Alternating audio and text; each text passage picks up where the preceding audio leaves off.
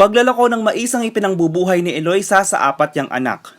Pero bago mag-ikot sa buong barangay ng San Pablo sa Tarlac City, nagtungo muna siya sa covered court upang makakuha ng grocery food pack mula sa pamilya ni Mayor Christy Angeles. Malaking menos na umano sa kanyang gastusin ng bigas, delata, noodles at iba pang pagkain na kanyang natanggap. Siya lang kasi ang kumikita ng pera sa kanilang pamilya simula nang matigil sa pagkukonstruksyon ng kanyang asawa dahil sa pandemya. Kung wala kasing trabaho ng asawa ko, kaya kami po nagtitinda po. Mainit po at matumal at saka po walang bumibili masyado. Ang sitwasyon ni Eloisa ang sumasalamin sa karamihan ng mga Pilipinong halos isang kahig isang tuka dahil sa dagok ng pandemya. Kaya naman ang pamilya ni Tarlac City Mayor Christy Angeles bumuo ng grocery food pack drive para sa mga Tarlakenyo. Sa tuwing nagse-celebrate ng kaarawan ng aming any member of the family, nag-uusap-usap po kami.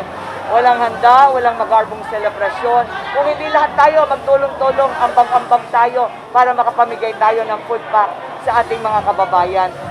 Maliban sa Barangay San Pablo, nabigyan din ng ayuda ang Barangay San Jose de Orquico at Barangay San Luis. Ito na ang ika-13 sa 76 barangay sa target na maabutan ng tulong ng munting regalo mula sa Pamilya Angeles Drive. Nanawagan din ng alkalde sa taong bayan na huwag pa rin isantabi ang mga alintuntuning ibinaba ng Department of Health upang hindi na lumobo pa ang kaso ng COVID-19. Hindi natin alam kung hanggang kailan ang pandemyang ito. Hanggang hindi lahat tayo na herd immunization.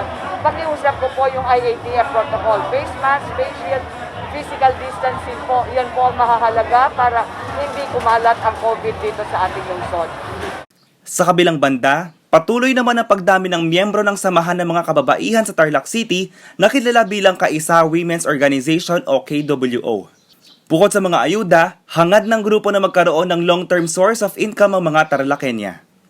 Meron tayong baking and pastry making.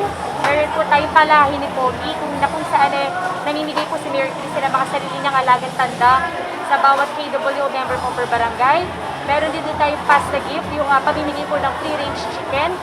Distribution of free-range chicken. Tapos, after that, pagka medyo nagsubside na po ang cases natin, medyo nag-normal na sitwasyon, ito tuloy-tuloy pa rin natin yung dati natin livelihood tulad ng dishwashing liquid making, fabric conditioner making, meat processing, tapos yung mga manicure, pedicure natin, veggie noodle making. Sa kabuuan, mayroon ng 25,000 members ang KWO na siyang malaking bahagi para sa patuloy na paglago ng micro, small and medium enterprise industry sa buong lungsod. JN Desus, CLTV News.